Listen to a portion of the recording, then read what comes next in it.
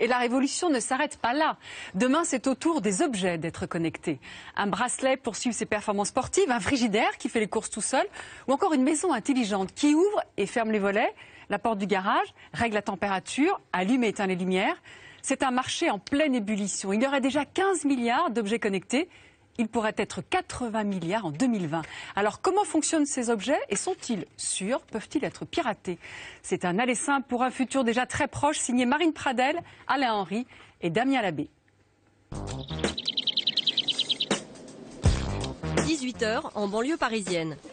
Les yeux et le pouce sur son smartphone, Cédric ressemble à beaucoup de Français de retour du travail. Sauf qu'il n'est pas en train d'envoyer des SMS. Là, qu'est-ce que vous faites? Là, je viens d'ouvrir le portail. Avec votre smartphone? Oui. Du bout des doigts, cet homme pilote sa maison. Là, je dis à la maison que je rentre, donc les volets vont s'ouvrir.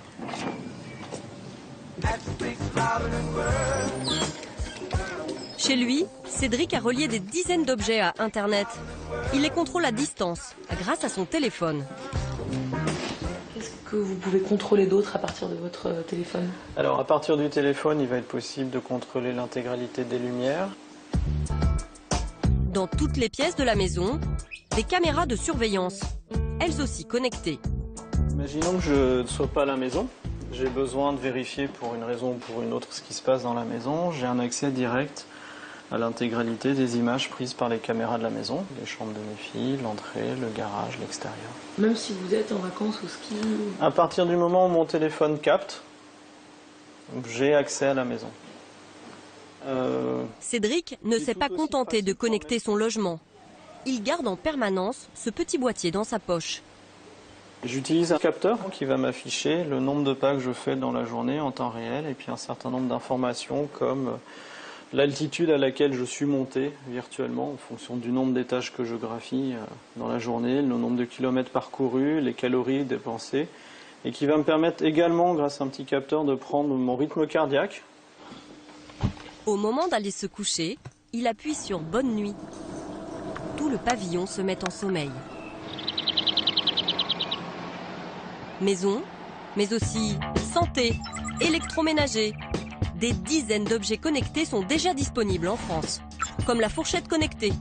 Elle vous alerte si vous mangez trop vite ou si vous ne mâchez pas assez. La raquette de tennis, qui enregistre les performances du joueur et les compare à celles de Rafael Nadal. Cette tige plantée dans la terre, elle prévient quand les plantes ont besoin d'eau. Ou encore, le réfrigérateur dit intelligent. Il envoie un SMS à son propriétaire quand il n'y a plus de lait. Il peut aussi passer commande automatiquement sur le site d'un supermarché. En 2020, 80 milliards d'objets connectés peupleront notre quotidien. Comme ces voitures qui rouleront sans conducteur. Comment fonctionnent ces objets d'un nouveau type? Les utilisateurs l'ignorent souvent. Tous ces dispositifs recueillent des données sur leur vie privée. Sont-elles bien protégées? Allez simple pour un futur très proche.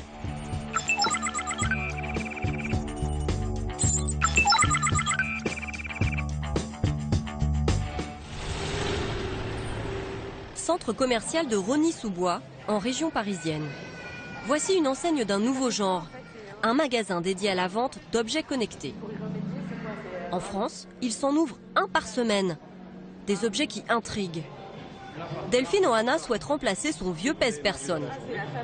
Ça consiste en quoi en fait une balance connectée, ça veut dire quoi? Une balance connectée c'est quoi? Ça reste déjà une balance, donc du coup elle va mesurer votre poids. Par contre le petit plus c'est que cette donnée va être envoyée immédiatement sur votre téléphone. Sur le téléphone? Exactement. Au-delà d'être connecté, c'est qu'également elle va vous donner des indications par exemple sur votre masse grasse. Parce qu'effectivement le poids, ce n'est pas que du muscle. Vous pouvez mettre jusqu'à 8 profils utilisateurs. Donc vous, monsieur, les enfants, enfin un petit peu tout le monde. Ce qui m'intéresse dans la balance connectée, c'est que je vais pouvoir avoir un compagnon qui ne va pas me quitter aussi fidèle que mon téléphone portable, qui va pouvoir me dire retourne faire une séance d'aquabike parce que t'es pas dans le move, et ben voilà, je suis. C'est super. Delphine achète l'appareil. 149 €. À bientôt. 3 à 6 fois plus cher qu'un pèse-personne traditionnel. De retour chez elle, dans le 20e arrondissement de Paris, Alors, ma petite balance. Delphine va paramétrer le dispositif. Je vais la déballer. On va voir si c'est aussi simple qu'on me l'a promis. Première étape, elle télécharge une application sur son téléphone. Yes. Alors, bienvenue sur Helpmate. Rejoindre Wavin, oui. Elle enclenche ensuite cette touche pour relier la balance à son smartphone. Les recherches. Une grande histoire va naître entre ces deux appareils. Je vais les connecter. 15 minutes plus tard, le programme est activé. Delphine peut enfin se peser. Oh, mais je l'aime cette balance. C'est une blague. Pourquoi? Bah parce que j'ai carrément 5 kilos de moins que ce que je pensais. Non mais je rigole pas. Oh, extraordinaire. Ça vous pouvez filmer. À chaque nouvelle pesée, son poids sera envoyé automatiquement vers le téléphone. Bientôt, elle pourra en suivre les évolutions jour après jour.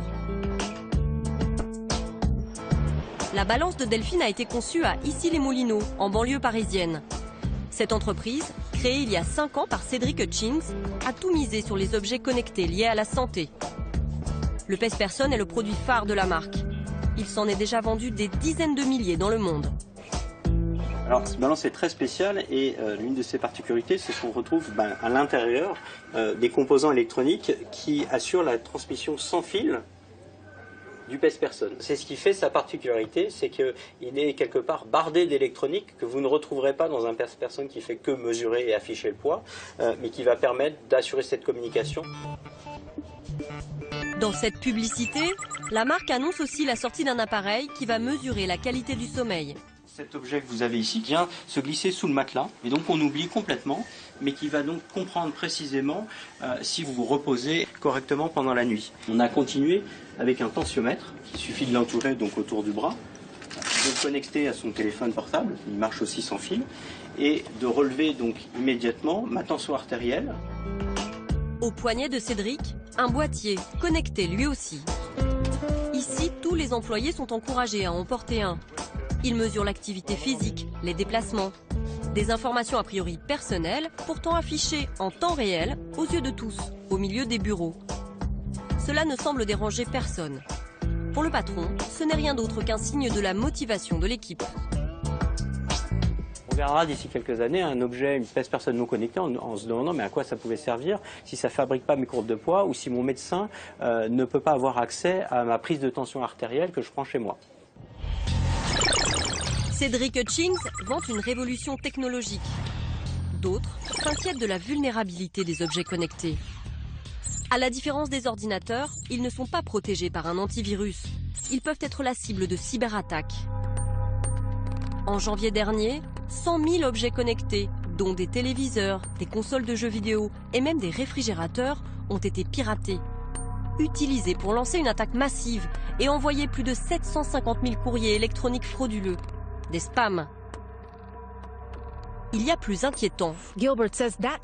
Aux États-Unis, récemment, un inconnu prend le contrôle d'un babyphone connecté. L'homme s'en sert alors pour insulter un bébé. Un choc pour les parents.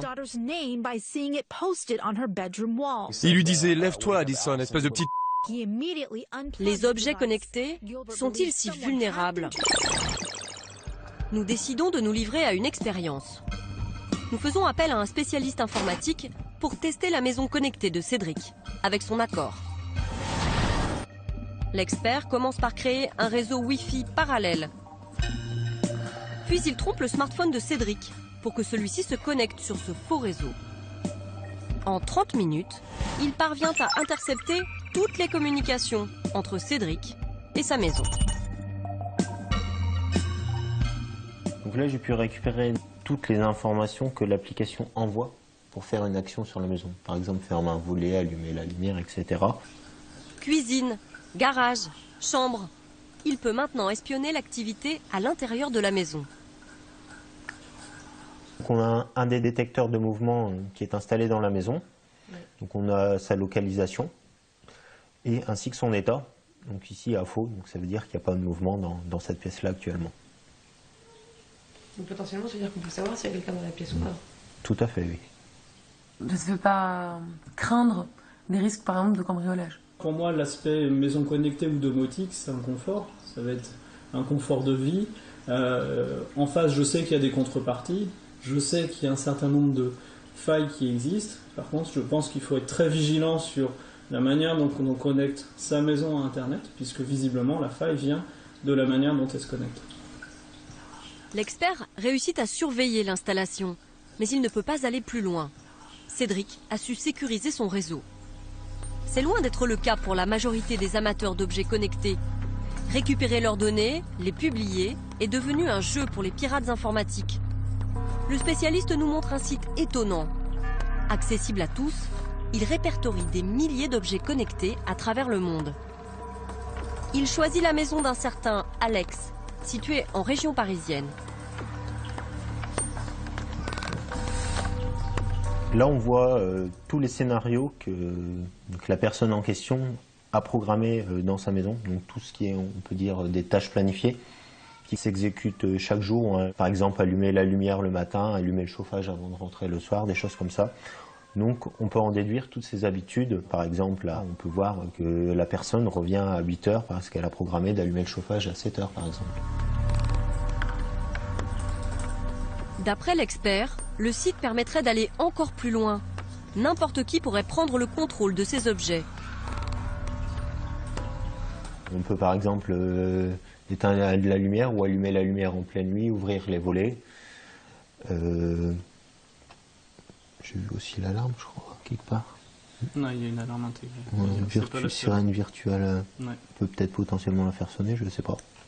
Donc là, si on clique là, ce Alex en question, il n'a plus de lumière dans son salon. Tout à fait, oui. C'est pas tentant de le faire? C'est mal. C'est même illégal. Il nous sera impossible de localiser précisément Alex et de vérifier que le site permet réellement d'agir sur les objets connectés de sa maison. Le test s'arrêtera là. La question de la sécurité informatique devient essentielle à l'heure où des villes entières envisagent de connecter leurs services. Nice, 500 000 habitants, 5e ville de France, se verrait bien première ville connectée de l'Hexagone. Depuis un an, elle mène une expérience. Sur ce boulevard, dans quelques mois, les lampadaires moduleront la luminosité en fonction du nombre de passants. Grâce à ces boîtiers blancs, installés par Cisco, le géant de l'informatique. Anne Lange en est la directrice de l'innovation. Bonjour. Le lampadaire lui-même est un objet connecté, un lampadaire intelligent. Alors qu'est-ce que ça veut dire? Si vous voulez, avant l'Internet des objets, une ville, elle allume et éteint la lumière finalement tous les jours à heure fixe, sans pouvoir vraiment pondérer en fonction des besoins. Grâce à l'Internet des objets, on va être capable de calibrer la lumière en fonction du nombre de passants qui sont repérés notamment par le port de leur smartphone. On sait compter le nombre de passants. Parce qu'on sait compter le nombre de smartphones qui passent sous cette borne. Exactement. Smartphones qui sont reliés en fait au Wi-Fi. Bientôt, la firme le promet, même les poubelles seront dotées d'intelligence. Lorsqu'elles seront pleines, elles préviendront directement les camions pour qu'ils viennent les ramasser. Les caméras compteront les voitures et enverront des messages aux automobilistes pour qu'ils évitent les bouchons. Déjà aujourd'hui, à Nice, les places de parking sont connectées. Une application développée par la ville nous indique les places de stationnement libres. Alors, on va aller se garer ici, là, apparemment rue de Paris. Pour payer, il suffit d'entrer le numéro de la place et de la carte bleue sur le téléphone.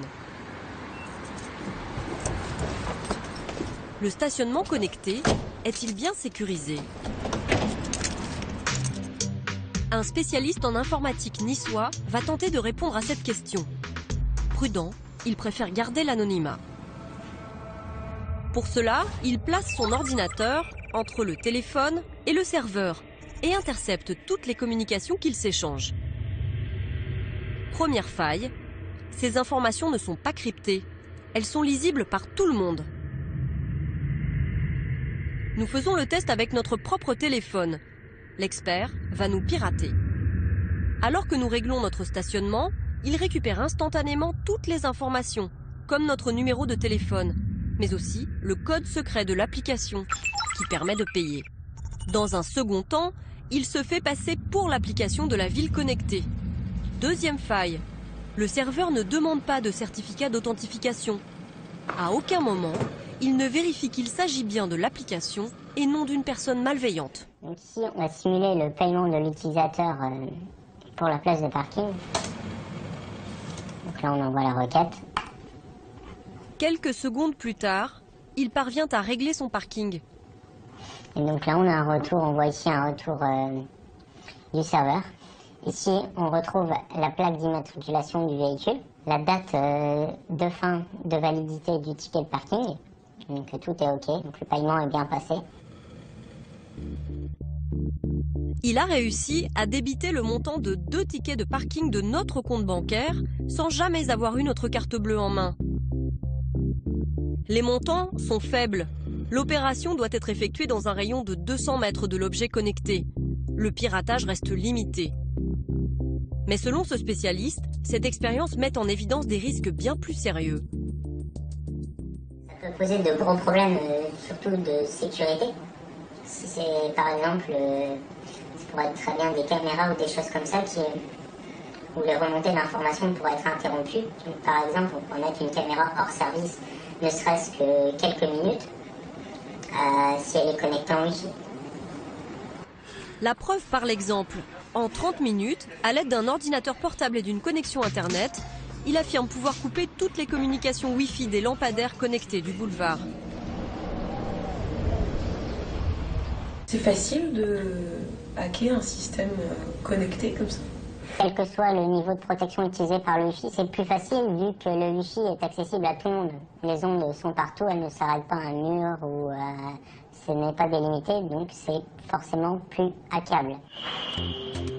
La mairie a-t-elle conscience de la fragilité du système de la ville connectée? Nous avons demandé à parler à un ingénieur des services techniques de la ville. C'est le maire, Christian Estrosi, qui a tenu à nous répondre. Vous avez détecté déjà des tentatives d'intrusion? Ça vous est déjà arrivé depuis que vous avez installé ce dispositif? Non, je n'en ai jamais relevé depuis que nous avons ce dispositif.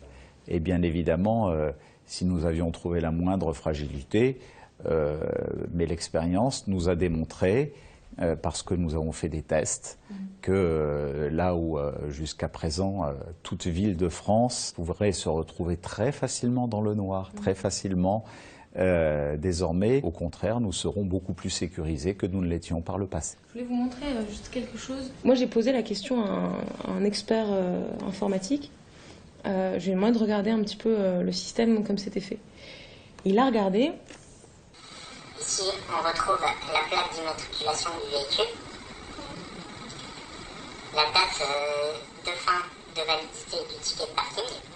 En moins d'une demi-heure, avec une connexion Internet, quelqu'un que je ne connais pas peut potentiellement faire payer son stationnement par ma carte bancaire, par votre carte bancaire, par la carte bancaire de n'importe qui. Ah non, parce que si j'ai ma carte bancaire avec moi, personne ne l'utilisera à ma place. C'est ce qu'il a fait, il lui a fallu moins d'une demi-heure et juste une connexion Wi-Fi. Et sur le boulevard... D'accord, bon bah écoutez, je vous remercie, je vous propose qu'on se revoie avec la personne. Oui, mais sur, d'accord. Dernière chose, mais sur le boulevard, les lampadaires, lui en regardant... L'interview s'arrête là.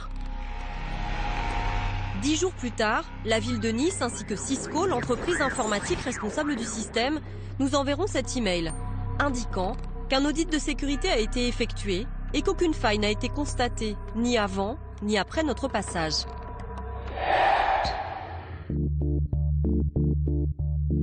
Pourtant, notre expert est bien parvenu à débiter notre compte, ainsi qu'à déconnecter momentanément les appareils du boulevard. Il y a un autre risque avec les objets connectés, bien plus sournois, celui d'être espionné, décrypté, ciblé.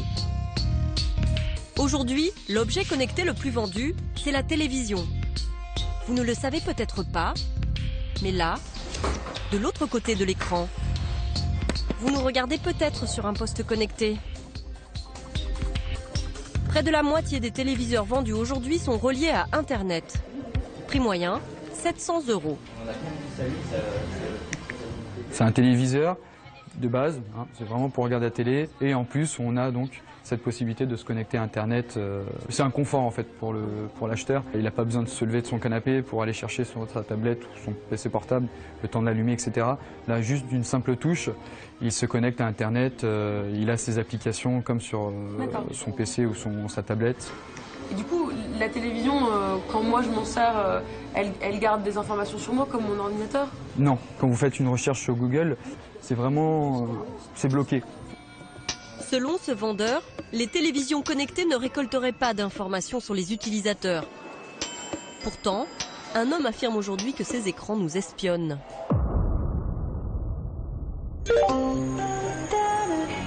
Pour le rencontrer, nous avons dû passer sous la Manche, traverser l'Angleterre, jusqu'à ce petit cottage de la région de Leeds.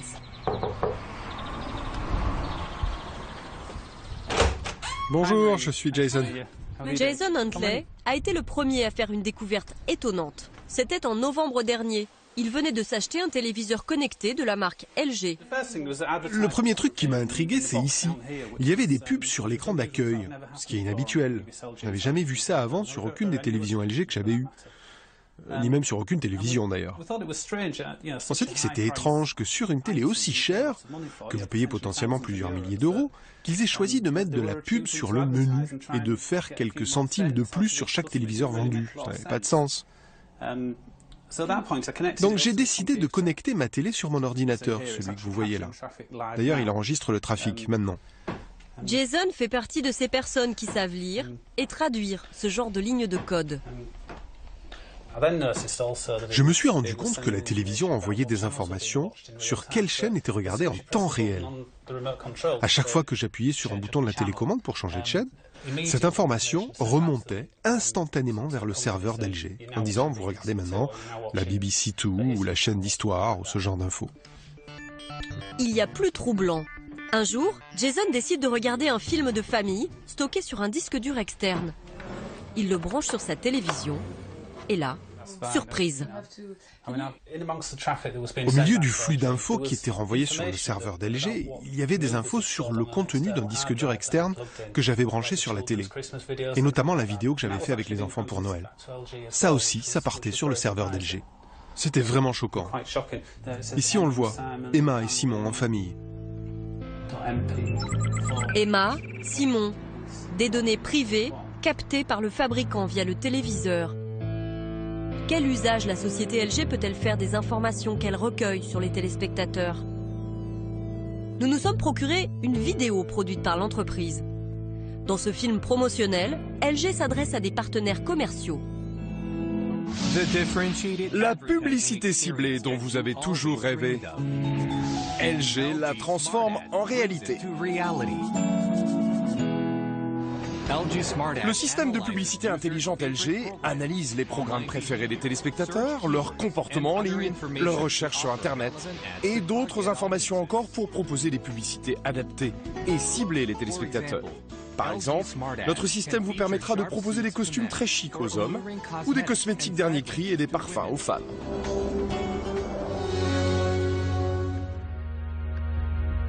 Nous contactons LG. Je voulais juste savoir si on peut avoir une réaction. Non. Donc pas de réaction d'LG concernant les télévisions connectées et le système Smart Ad de publicité ciblée. Voilà, c'est ça. D'accord, mais alors donc est-ce qu'on peut avoir une réponse sur la publicité ciblée? Depuis les révélations de Jason en Grande-Bretagne, LG affirme avoir mis un terme à ces pratiques. Comme LG, Panasonic, Samsung, Sharp, toutes les grandes marques prévoient d'intégrer des publicités ciblées à leur nouveau modèle de télévision connectée. Les objets connectés pourraient donc se transformer en mouchards. Ceux qui les possèdent en sont-ils conscients? Quand elle a acheté son pèse-personne, Delphine s'est-elle posé cette question? Vous avez pas peur qu'un jour on vous envoie des publicités par exemple pour un régime? Alors là, je vais aller la rendre. J'avais pas pensé à ça.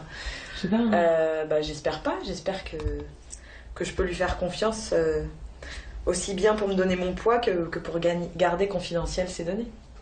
Quand vous avez installé l'application, on vous a parlé de ça? Je vais vous dire très clairement, en fait, j'ai pas, comme d'habitude, j'ai pas regardé, j'ai pas lu. J'ai dit oui, et puis j'ai pas cherché à comprendre, j'aurais lu. Que fait le fabricant de la balance des informations personnelles de Delphine? Retour à Issy-les-Moulineaux. Avant d'être lisible sur son téléphone portable, les courbes de poids de Delphine arrivent ici, sur cet ordinateur. Là, ce qu'on voit ici à l'écran, c'est en vert clair, je ne sais pas si on le voit très bien. Donc c'est un exemple du signal brut qui est remonté par la balance. Donc on voit des variations très fortes qui sont induites par la personne qui est en ce moment posée sur le pèse-personne. Des informations comme celle-ci, le fabricant en possède des millions, stockées dans ses serveurs. La plus grande base de données au monde sur le poids. Le patron affirme qu'il ne vend pas ces informations. Ça, c'est des informations qui intéressent beaucoup, j'imagine, les gens qui vendent des régimes, les salles de sport, les gens qui font des vêtements de sport. Est-ce que vous leur partagez ces données? Donc aujourd'hui, non, mais c'est des scénarios, encore une fois, de recherche. C'est-à-dire connaître la taille moyenne des femmes en France peut représenter une valeur pour les personnes qui fabriquent des vêtements, bien sûr, ou le comportement ou les sujets d'intérêt pour des éditeurs de magazines, que sais-je. Donc ce sont des voies de recherche pour WeThings. On s'autorise tout à fait à réfléchir à ces questions et la manière de valoriser ces données anonymes. En France, donc, la société ne commercialise pas encore les données de ses clients. Aux États-Unis, elle prend moins de précautions. Elle a déjà commencé à vendre ces informations à une compagnie privée d'assurance maladie. Conséquence, des bonus peuvent être proposés aux assurés qui perdent du poids. Les données personnelles sont devenues l'objet d'un marché mondial qui devrait atteindre les 1000 milliards de dollars en 2020. Des sociétés se sont spécialisées dans leur traitement, comme l'entreprise américaine Axiom, le leader du marché. Nos demandes d'interview ont été refusées. Sous couvert d'anonymat, un ancien salarié de cette société a accepté de nous parler. Les objets connectés, c'est un canal encore de plus pour connecter de l'information. Vous achetez un produit physique à 200 €, et ensuite après, la marque pourrait revendre les informations que cet objet connecté transmet grâce à vous à cette marque. Toutes les marques cherchent à avoir des données optimisées de vous, de votre consommation, de vos cycles de vie et bien sûr de votre santé. Ces informations personnelles ont un prix. Selon lui, voici la moyenne des prix pratiqués sur le marché. Ma pointure vaut 15 centimes d'euros, tout comme mon poids, 15 centimes d'euros. Mon adresse postale, 49 centimes d'euros. Mon numéro de téléphone, 60 centimes. Ma taille, mon adresse mail, 15 centimes. Ma géolocalisation, 1 euro. Au total, sur le marché, toutes ces informations sur ma personne valent 2,69 €. Des informations personnelles vendues à l'insu de l'utilisateur. Ce commerce laisse craindre d'autres dérives. Votre petit bracelet qui calcule vos pouls, là on touche à l'intime et à la santé des gens. Donc, votre assureur veut plus vous assurer parce que vous avez sûrement une pulsation à l'arrêt avec votre bracelet électronique pour faire vos footings. Tout ça peut être un peu plus dangereux. L'idée c'est que vous n'êtes pas propriétaire de choses qui vous appartiennent. Chaque jour, la réalité se rapproche un peu plus de la science-fiction. Comme dans le film Minority Report, sorti il y a 12 ans déjà.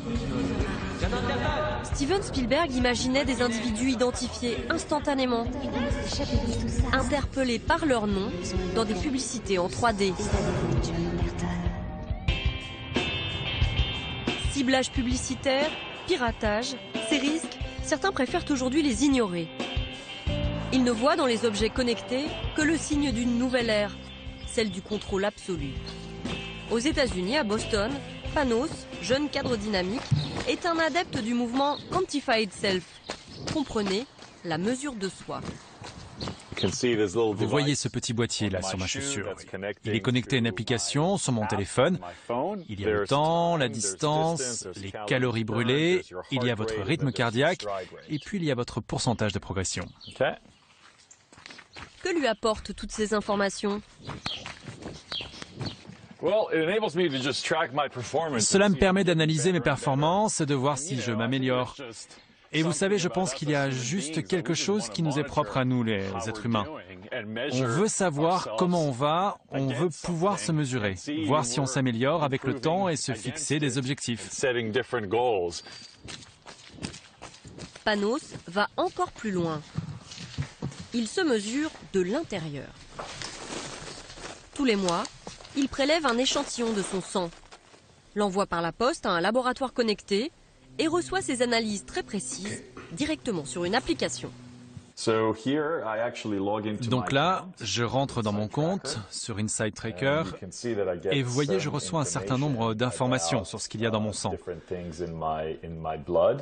Donc par exemple, l'hémoglobine, il m'explique que ça sert à transporter l'oxygène dans le sang.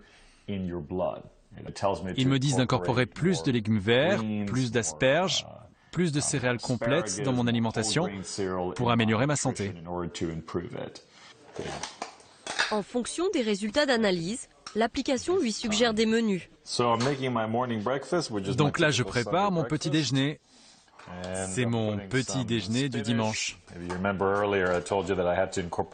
Je mets des épinards, comme on m'a demandé, de l'ail, qui a des effets positifs sur la circulation sanguine, et plein d'autres bienfaits. Je ne mets aucun ingrédient par hasard. Supprimer le hasard. C'est peut-être cela, le rêve des objets connectés. Un être humain optimisé qui aurait dans la main la télécommande de son existence.